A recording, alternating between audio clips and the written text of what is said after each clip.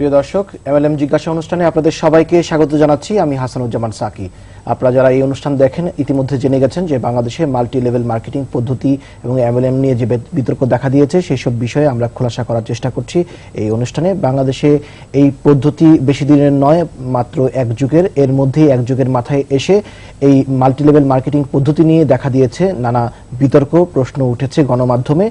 এসব বিষয়ে তুমুল আলোচনা সমালোচনা চলছে দেশ জুড়ে। স্বাভাবিকভাবেই এই বাংলাদেশে মাত্র 20 থেকে 25টি প্রতিষ্ঠান এই মাল্টি লেভেল মার্কেটিং পদ্ধতি নিয়ে কাজ করে, তার মধ্যে সক্রিয় আছে 10 থেকে 15টি। স্বাভাবিকভাবেই বাংলাদেশে মাল্টি লেভেল মার্কেটিং পদ্ধতির সবচেয়ে বড় প্রতিষ্ঠান হিসেবে প্রতিষ্ঠিত হয়েছে ডেস্টিনি গ্রুপ, এবং স্বাভাবিকভাবেই এমএলএম এর পাশাপাশি প্রশ্নের তীর, অভিযোগের তীর এই ডেস্টিনি গ্রুপের দিকে। আমরা এই সব বিষয় নিয়ে এখানে আলোচনা করার জন্য আজকে স্টুডিওতে আমন্ত্রণ জানিয়েছি ডেস্টিনি গ্রুপের চেয়ারম্যান এবং ব্যবস্থাপনা পরিচালক মোহাম্মদ রফিকুল আমিন। আপনাকে এমএলএম জিজ্ঞাসা অনুষ্ঠানে স্বাগত জানাচ্ছি। ধন্যবাদ।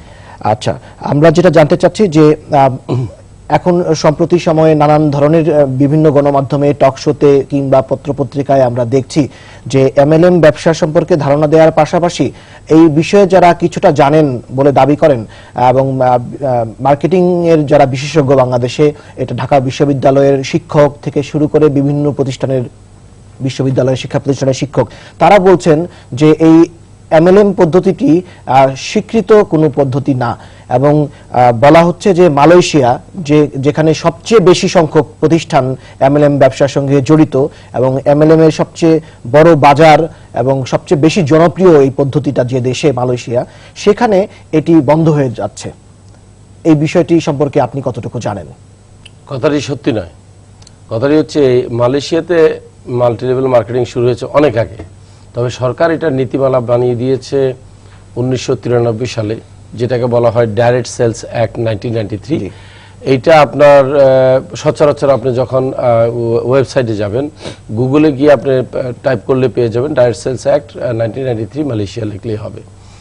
এরপরে তারা যথারীতি একটি মিনিস্ট্রি সেট আপ করেছে। দেখেন, আমরা কিন্তু চিন্তা করছি এখানে অধিদপ্তর, পরিদপ্তর, মালয়েশিয়াতে কিন্তু মিনিস্ট্রি। আমি মনে করি যেহেতু বাংলাদেশে প্রচুর লোক আপনার এখানে ইনভলভ হয়েছে এবং হচ্ছে, আমার রিসেন্টলি একটা চিন্তা খোরাক জুগিয়েছে যে এটাকে মিনিস্ট্রি করে দিলেও খারাপ হবে না, কিন্তু সেই পর্যায়ে আমরা এখনো গিয়েছি কিনা সেটা বিশেষজ্ঞরা বলবে। মালয়েশিয়াতে যে ডাইরেক্ট সেলসের যে মিনিস্ট্রি আছে, ওই মিনিস্ট্রির নাম হচ্ছে মিনিস্ট্রি অফ ডোমেস্টিক অ্যাফেয়ার্স, অথবা তারা সংক্ষেপে বলে ডোমেস্টিক মিনিস্ট্রি। ডোমেস্টিক মিনিস্ট্রির কাজ হচ্ছে আপনার লাইসেন্স দেয়া। যেমন আমি মাত্র কিছুদিন আগে মালয়েশিয়া গিয়ে আমি সেখানে ইচ্ছা প্রকাশ করেছিলাম যে আমরা বাংলাদেশ থেকে ডেস্টিনি 2000 লিমিটেডের ফ্র্যাঞ্চাইজ ওপেন করতে চাই মালয়েশিয়াতে। সেখানে আমাকে লোকাল অ্যাডভোকেট জানিয়েছেন যে ঠিক সরাসরি ওভাবে ফ্র্যাঞ্চাইজের অনুমোদন নাই, তবে তোমাকে স্থানীয়ভাবে করতে হবে, কোম্পানি রেজিস্ট্রি করতে হবে, এবং সেখানে স্থানীয় থাকতে হবে পরিচালক, এবং সেটাও কমপক্ষে 50 ভাগ। আর 50 ভাগ যদি না থাকে তাহলে সেক্ষেত্রে অনেক রকমের ফর্মালিটিস আছে যেগুলোর জন্য হয় না। কিন্তু এমনি একটা কোম্পানি রেজিস্ট্রি করতে ওই দেশি টাকায় 100 থেকে 200 টাকা লাগে। 100 থেকে 200 টাকায় আপনার নাম বের করে তারপর যথারীতি করা যায়, এমএলএম লাইসেন্সের জন্য অ্যাপ্লাই করা যায়। তো এই কাজটি করার জন্য আমি গত মাসে গিয়েছিলাম। গিয়ে সেখানে আমি একজন কোম্পানি সেক্রেটারি দিকে দিয়ে স্থানীয় আমার পরিচিত 2-3 জন মালয়েশিয়ান নাগরিক, তাদের সাথে কথা বলার পরে তাদের মাধ্যমেই আমি ডেস্টিনি নামক 3টি কোম্পানির জন্য রেজিস্ট্রেশন নিয়েছি। একটা হচ্ছে ডেস্টিনি 2000 লিমিটেড, আরেকটা ডেস্টিনি ওয়ার্ল্ড ওয়াইড, আরেকটা হচ্ছে আপনার ডেস্টিনি ন্যাচারাল হেলথ। কেন 3টা? সব দেশে কিন্তু কমপক্ষে 3টা নাম আপনাকে দিতে হবে, কারণ এমন যদি হয় যে নাম ম্যাচ করে গেছে তারা রিজেক্ট করবে।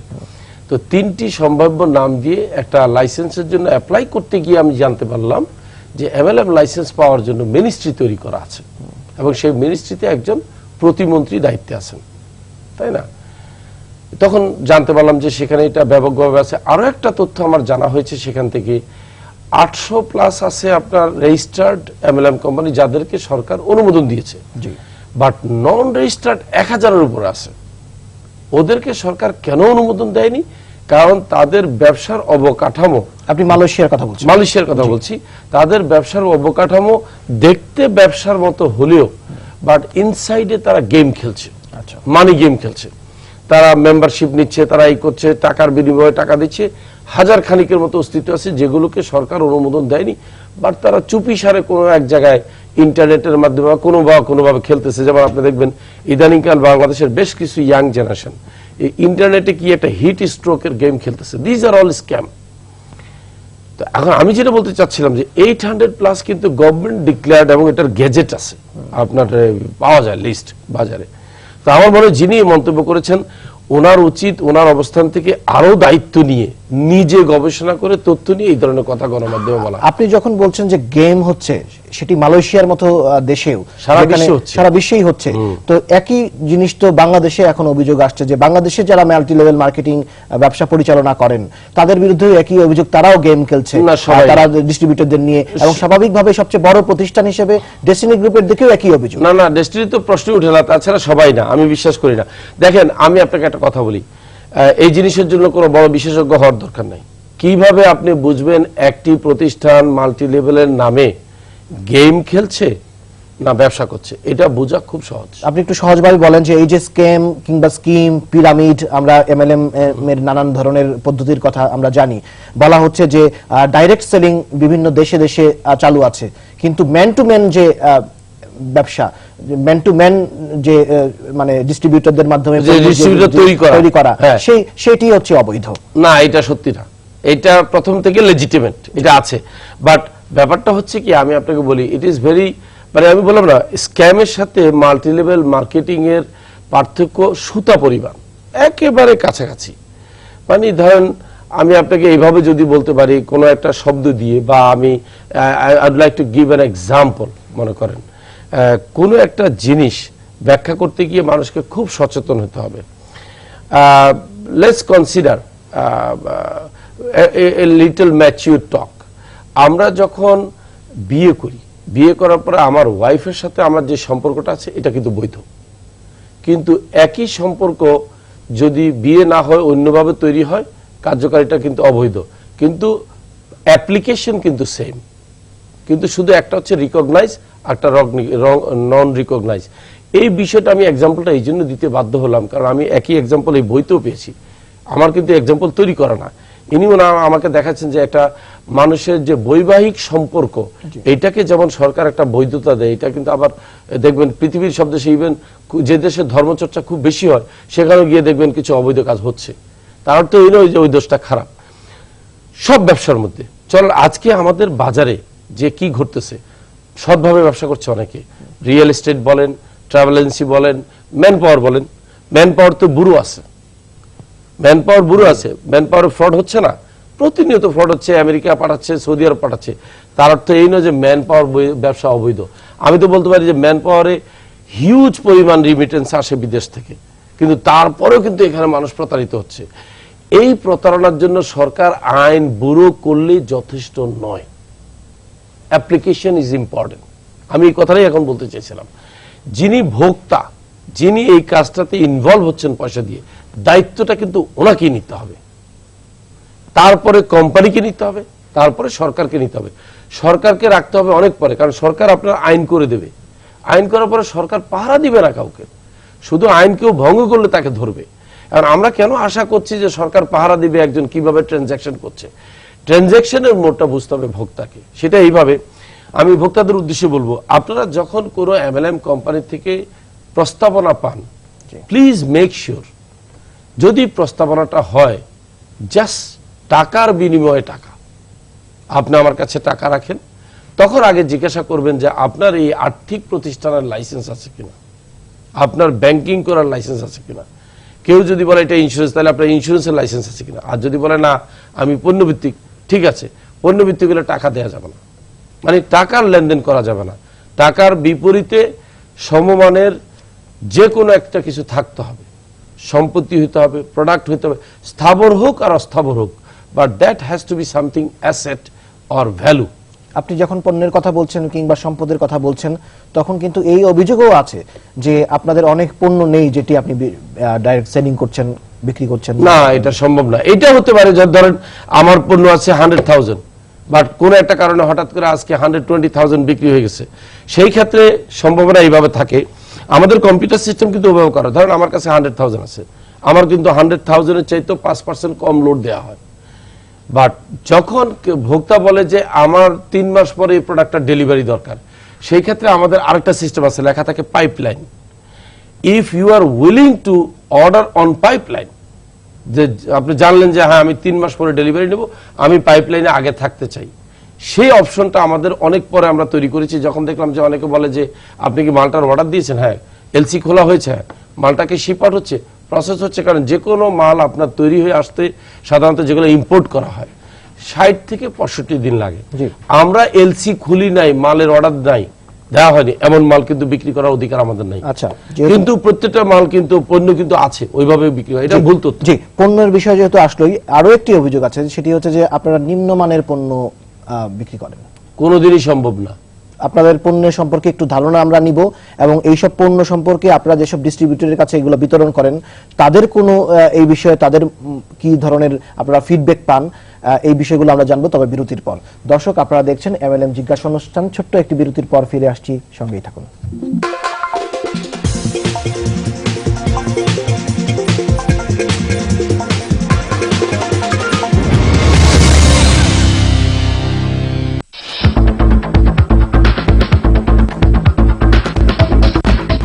সকালবেলা 6 বিকেলবেলা 9, বন্ধু আমরা 3 রাত কিংবা দিন। এক্সকিউজ মি, একটু থামবেন? এত আয়োজন করে এসব জটিল কথা বলার কোনো মানেই হয় না। সিম্পল জিনিস সহজ করে বলি, যেমন এয়ারটেল প্রিপেইডের নতুন প্যাকেজ সবাই, যে কোনো অপারেটরের সবাইকে এখন বন্ধু বানিয়ে নেওয়া যায়, জানো সেটা? আর সবার সাথে কল রেট মাত্র 65 পয়সা। সিম্পল, পছন্দের অপারেটরের সবাই বন্ধু, সবাই এফএনএফ, সবার সাথে 65 পয়সা কল রেট। বিশ্বাস না হলে 1212 তে কল করেই দেখো।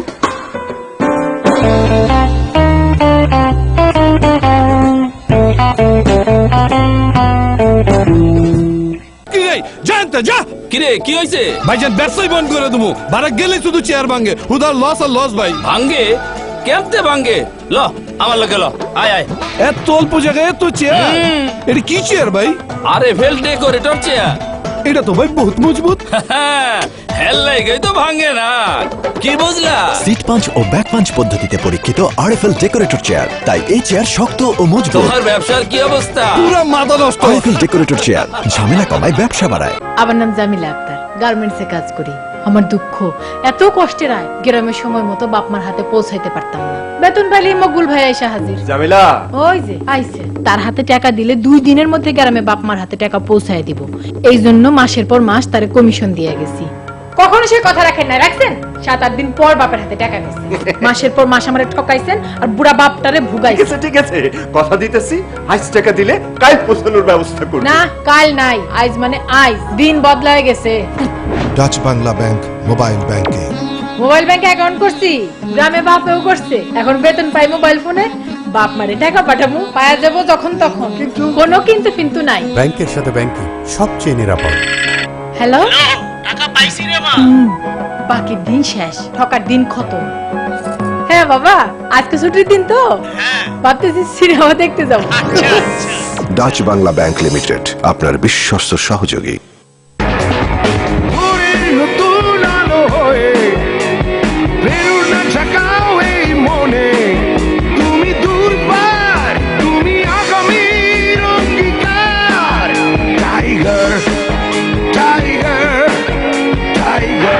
Tiger Energy Drink. Recharge yourself. সকালবেলা 6 বিকেলবেলা 9, বন্ধু আমরা 3 রাত কিংবা দিন। এক্সকিউজ মি, একটু থামবেন? এত আয়োজন করে এসব জটিল কথা বলার কোনো মানেই হয় না। সিম্পল জিনিস সহজ করে বলি, যেমন এয়ারটেল প্রিপেইডের নতুন প্যাকেজ সবাই, যে কোনো অপারেটরের সবাইকে এখন বন্ধু বানিয়ে নেওয়া যায়, জানো সেটা? আর সবার সাথে কল রেট মাত্র 65 পয়সা। সিম্পল, পছন্দের অপারেটরের সবাই বন্ধু, সবাই এফএনএফ, সবার সাথে 65 পয়সা কল রেট। বিশ্বাস না হলে 1212 তে কল করেই দেখো।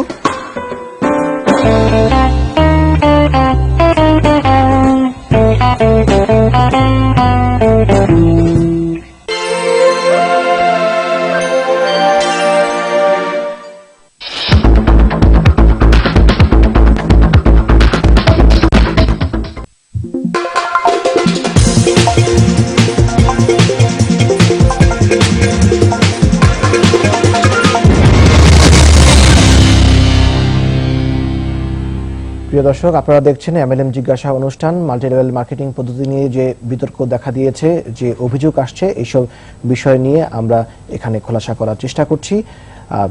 আমাদের মাঝে অতিথি হিসেবে আছেন ডেস্টিনি গ্রুপের চেয়ারম্যান এবং ব্যবস্থাপনা পরিচালক মোহাম্মদ রফিকুল আমিন। জি, আমরা বলছিলাম যে পণ্যের গুণাগুণ নিয়ে একটি অভিযোগ এসেছে যে এখানে নিম্নমানের পণ্য বিক্রি করা হচ্ছে। প্রথমে বলি, কথাটা সত্যি নয় এখনকার অবস্থানে, তবে কেন কথাটা এসেছে সেটা আমার মনে হয় আমি অনুমান করতে পারছি।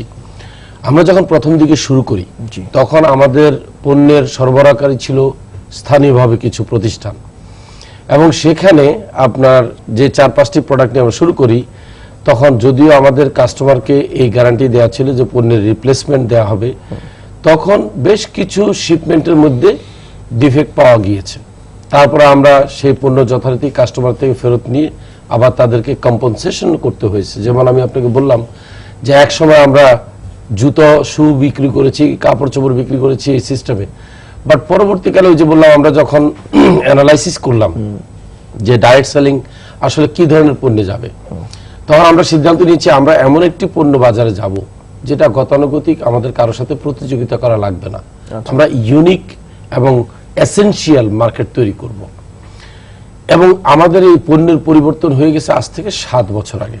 গত 7 বছরে কেউ বলতে পারবে না যে এমন কোনো পণ্য আমরা বাজারজাত করি যেটার মান খারাপ আর যেটা প্রয়োজন নেই। এই কথাটা একদম সত্যি না, বরং এই প্রোডাক্টগুলো এতটাই স্ট্যান্ডার্ড, যেমন আমি দাবি করে বলবো বাংলাদেশে বাজারে বহু পণ্য স্থানীয়ভাবে তৈরি হয়ে বাজারজাত হচ্ছে, বিএসটি এর কোনো অনুমোদনই নেই, 1-2টি নয়। আমি একবার বিএসটিতে গিয়েছিলাম দেখা করতে আমাদের কিছু পণ্য নিবন্ধিত করার জন্য। ডিজি ভদ্রলোক নিজেই স্বীকার করলেন উনি 3400 কোম্পানির বিরুদ্ধে মামলা করে বসে আছেন, 3400 কোম্পানির বিরুদ্ধে। জিজ্ঞেস করলাম কেন, বলল অনেকে আছে বিএসটি এর অনুমোদন না নিয়ে বিক্রি করছে, আর এমন কিছু বাঘা বাঘা কোম্পানি আছে যাদেরকে সবাই চেনে, যারা বিএসটি এর অনুমোদন না নিয়ে বিএসটি এর অনুমোদন আছে এই কথাটা লাগিয়ে বিক্রি করছে। তা আমি বললাম মামলা করেননি? বলে হ্যাঁ মামলা করেছি, চলতেছে, কোর্টে দেন দরবার। ক্যান ইউ বিলিভ যে তারা স্টিকার লাগাচ্ছে কিন্তু কোনো অনুমোদন নাই। বরং বাংলাদেশে যখন এই ধরনের প্র্যাকটিস হচ্ছে তখন আমরা আরো সচেতন হওয়ার চেষ্টা করলাম, কারণ আমাদের সাথে যারা ব্যবসা করে এরা শুধু আমাদের গ্রাহক নয়, এরা আমাদের ফ্যামিলি মেম্বার, আত্মীয় স্বজন। আমরা কিন্তু নিজেদের মধ্যে পণ্যগুলো বিপণন করি। তখন আমরা ইউরোপিয়ান স্ট্যান্ডার্ড আরো যেমন ISO 9001, ISO 22000, GMP good manufacturing plant, আপনার হালাল, এরকম বিভিন্ন রকমের সার্টিফিকেশন করা আছে আমাদের অনেক প্রোডাক্টের মধ্যে। You can take any product, go to our shopping mall, গিয়ে একটা শপিং মলের প্রোডাক্ট হাতে নিয়ে দেখেন। যারা এই গল্পগুলো করছে এদের তারা আমাদের সাথে যোগাযোগ নেই গত ধরেন 7, 8, 9 বছর। শুরুর দিকে আমাদের সাথে দেখা ছিল, অথবা হতে পারে তারা বায়াসড। ভোক্তারা কিভাবে জানবে যে বাজারে ডেস্টিনির পণ্য? আমাদের তো অনেক আউটলেট আছে, আমাদের আউটলেটগুলোর নাম হচ্ছে আরডিসি। আরডিসি মানে হচ্ছে রিজিওনাল ডিস্ট্রিবিউশন সেন্টার। আপনি যদি শুধু মৌচাকের গোড়ায় যান সেখানে আপনি অন্তত 20টি আরডিসি পাবেন। আচ্ছা, ওই এলাকার মধ্যে দোকানের মতো বসে গেছে, একদম দোকান। আপনি যেরকম দোকান দেখেন, ডিপার্টমেন্টের দোকান, ঢুকে দেখবেন সব ডেস্টিনির প্রোডাক্ট। আপনি হাতে একটা তুলে দেখেন, কোনোদিন সম্ভব না। একটা কথা হইলো যে আপনার নিম্নমানের পণ্য প্রোডাক্ট বা উৎপাদন করা একেবারে একটা অসম্ভব ঘটনা, কারণ আমাদের ফ্যাক্টরিগুলো যেগুলোতে আমরা পণ্য তৈরি করি তাদের সাথে আমাদের আন্ডারস্ট্যান্ডিং হচ্ছে টুল ম্যানুফ্যাকচারিং, মানে তার ইন্ডাস্ট্রি বাট আমাদের ব্র্যান্ডে তারা করে দিতে হবে, তাদের লাইসেন্স চলে যাবে তারা যদি ওই ধরনের পণ্য উৎপাদন করে। যেমন চায়না বলেন, মালয়েশিয়া বলেন, সুইজারল্যান্ড বলেন, ইন্ডিয়া বলেন, থাইল্যান্ড বলেন, this countries are well shaped, তারা খুব বেশি সতর্ক। বরং আমরা যেটা করেছি তাদের সাথে আমাদের একটা চুক্তি হয়েছে যে 2012 সালের পরে আমরা আপনাদের থেকে ফিনিশ প্রোডাক্ট ইম্পোর্ট করতে আগ্রহী নই। আচ্ছা, কারণ আমাদেরকে এই প্রোডাক্ট বাংলাদেশে উৎপাদনের ব্যবস্থা করে দেন। এখন সেই প্রক্রিয়া চলছে। অ্যাকচুয়ালি এই বছরটা আমাদের খুব বেশি ব্যস্ত থাকার কথা, কারণ আমরা অনেকগুলো ইন্ডাস্ট্রিয়াল সেটআপে যাচ্ছি এই বছর, যেটার আপনার উৎপাদন শুরু হবে আগামী বছর। 13 সাল থেকে যতগুলো পণ্য দেখেন তার 95% পণ্য বিদেশ থেকে আমদানিগত পণ্যের কথা বলছি, কারণ লোকাল তো আছেই আমাদের। এগুলা স্থানীয়ভাবে উৎপাদন হবে না শুধু, অলরেডি আমাদের ডিসিশন হয়েছে আমরা উৎপাদন করব অনেক বেশি, করে এক্সেসটা আমরা বিদেশে এক্সপোর্ট করব।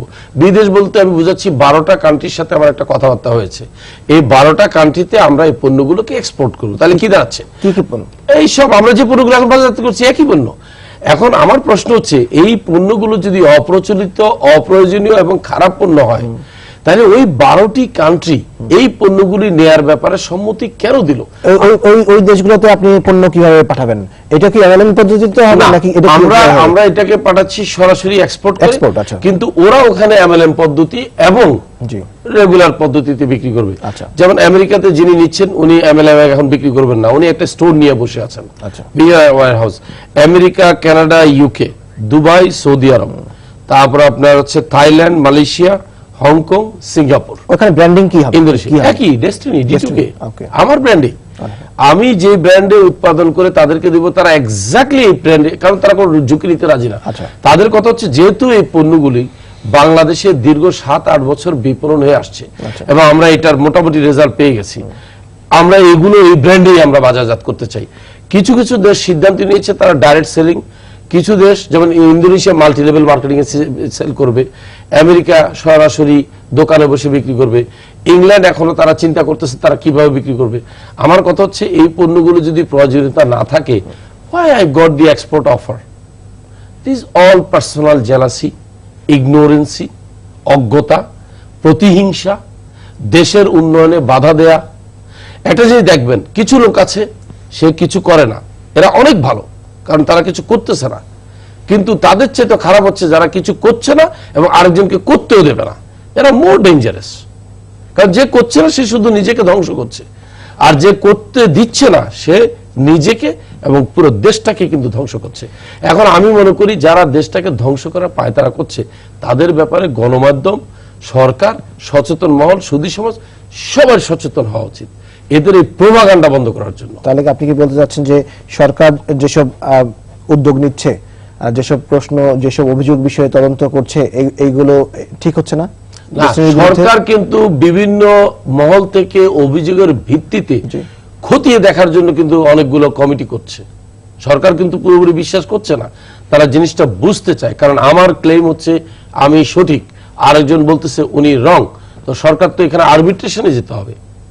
সরকার আরবিট্রেশনে যাচ্ছে, কতগুলো দায়িত্বশীল অফিসার দিয়ে কমিশন গঠন করছে, এই করছে, সেই করছে। এই কমিশন কিন্তু ওই কমিশন নয়, আমরা বারবার বলছি এই কমিশন হচ্ছে তদন্ত কমিশন, মতো আমরা ইনভেস্টিগেশন করব। কিন্তু এর মধ্যেই তো আমরা যতটুকু জানি যে আপনাদের পরিচালক, ডেস্টিনি গ্রুপের পরিচালকদের ব্যাংক অ্যাকাউন্ট তো বন্ধ, এইটা আপনার জাস্ট একটা কোম্পানির ব্যাংক অ্যাকাউন্ট না, এগুলা সব আনুমানিক কিছু তথ্যের ভিত্তিতে, আনুমানিক কিছু তথ্যের ভিত্তিতে। আবার বলছি, দেখবেন প্রমাণ হবে যে এই কথাগুলো সত্যি নয়। এগুলা প্রমাণ হবে আগামী অতি অল্প দিনের মধ্যে, বোঝা যাবে যে আসলে এই উত্থাপিত অভিযোগগুলো সত্যি নয়। এখন কথা হচ্ছে, আপনাকে কিন্তু যে কোনো সময় 54 লতে পুলিশ 24 থেকে 48 ঘন্টার জন্য ধরে নিয়ে যেতে পারে। এর অর্থ এই নয় আপনি অপরাধী, আপনার উপরে সন্দেহ আসছে। এইটা কিন্তু আইনে যেমন একটা ফ্লেক্সিবিলিটি আছে, এবং তার কিন্তু কোর্টও যাওয়ার দরকার নেই, জাজমেন্টের দরকার নেই। একজন থানার ওসি যদি মনে করেন যে এই লোকটি দেশের জন্য ক্ষতিকারক, উনি সর্বোচ্চ 2 দিনের জন্য এনাকে আটকে রাখেন। তাহলে আপনার এই কথাগুলো কি আপাতত আপনার যে হাজার হাজার কর্মী আছে আপনার ডেস্টিনি গ্রুপে এবং লাখ লাখ ডিস্ট্রিবিউটর আছে, তাদের কাছে আপনার এই কথাটাই কি আশার বাণী আপাতত? না, আমি বলবো আমাদের মধ্যে কোনো ভুল ভ্রান্তি থাকতে পারে, কিন্তু অপরাধ বোধ নাই, অপরাধ নাই, ক্রাইম নাই, আমরা কোনো অফেন্স করে নেই। এখন দেখেন, কাজ করতে গেলে কিন্তু একটু ভুল হবে, সে ভুল কিন্তু ইয়ের মধ্যে পড়ে না, এই আপনার মানে জরিমানা হতে পারে একটা, এই ধরনের শাস্তি নয়। আপনি দেখেন, আমি গতকালে বলেছি, যদি একটা জিনিস কিন্তু পরিষ্কার করা হয়নি গণমাধ্যমে, সেটা হচ্ছে কি ধরনের কর ফাঁকি পাওয়া গেছে। সেটা হচ্ছে ভ্যাট কার কাছে? ডেস্টিনি ট্রি প্ল্যান্টেশনের গাছের উপরে। আমি এটা একদম স্পষ্ট করে সবাইকে জানিয়ে দিয়ে যাচ্ছি যে এনবিআর এর কমপ্লেন হচ্ছে যে আপনারা ডেস্টিনি ট্রি প্ল্যান্টেশনের সেলের সময় ভ্যাট দেননি, একটি। সেখানে তারা বিভিন্ন রকমের ফিগার বলছে, কেউ বলছে 140 কোটি, কেউ বলে না 33 কোটি, কেউ আবার বলে 15 কোটি, সব মুখে। এই সমস্যাটা কেন হয়েছে জানেন? কারণ ওনারা কোনো লিখিত অভিযোগ দিতে রাজি নন, মুখে বলছেন। আমরা বললাম আমাদের বিরুদ্ধে সুনির্দিষ্ট অভিযোগটা কি, একটু লিখিত পাঠান। তো লিখিত না দিয়ে বন্ধ করে দিল, আমি জানি না, এটা দেশের আইন এই কথা বলবে। এখন লিখিত না দিয়ে মৌখিকভাবে জানানো হচ্ছে। এখন মৌখিক কথা কিন্তু চেঞ্জ হয়ে যায়, 3 বার তো চেঞ্জ হলোই। 140 কোটি তারপরে 33 কোটি, তারপরে 15 কোটি। আমার কথা হচ্ছে একটা লিখিত আসলে ভালো। লিখিত আসলে আমাদের কি করতে হবে, আমরা আমাদের আইনজীবীদেরকে ডাকবো, আমরা আমাদের কোম্পানি যারা ট্যাক্স রিটার্ন করেছে সেই প্রতিষ্ঠানকে আমরা শোকজ করব যে আপনি বলছেন আমাদের ট্যাক্স ক্লিয়ার, এনবিআর বলছে তো আমি জানাচ্ছি, আমি তো তাহলে ওই ট্যাক্স রিটার্ন কোম্পানিকে শোকজ করতে পারি, লিখিত দিলে অনেকগুলো স্টেপে যেতে পারি। আমাদের হাতে একদম সময় নেই, এই বিষয়ে হয়তো আরো পরবর্তী সময়ে আরো অনেক আলোচনা করার সুযোগ পাবো। এর মধ্যেই যে হাজার হাজার এমপ্লয়ি আছে আপনার প্রতিষ্ঠানে এবং লাখ লাখ যে ডিস্ট্রিবিউটররা আছে, তারা তো একটা উদ্বিগ্ন অবস্থায় আছে যে পরিচালকদের অ্যাকাউন্ট, ব্যক্তিগত অ্যাকাউন্ট বন্ধ, কোম্পানির অ্যাকাউন্ট বন্ধ। আমি মনে করি তাদের উদ্বিগ্ন হওয়ার কোনো কারণ থাকা উচিত না। সরকার, আমি বিশ্বাস করি, কারণ আমি ওই দিনই আমাদের একজন আইনজীবীর মাধ্যমে এনবিআরকে আমরা অ্যাপ্রোচ করেছি।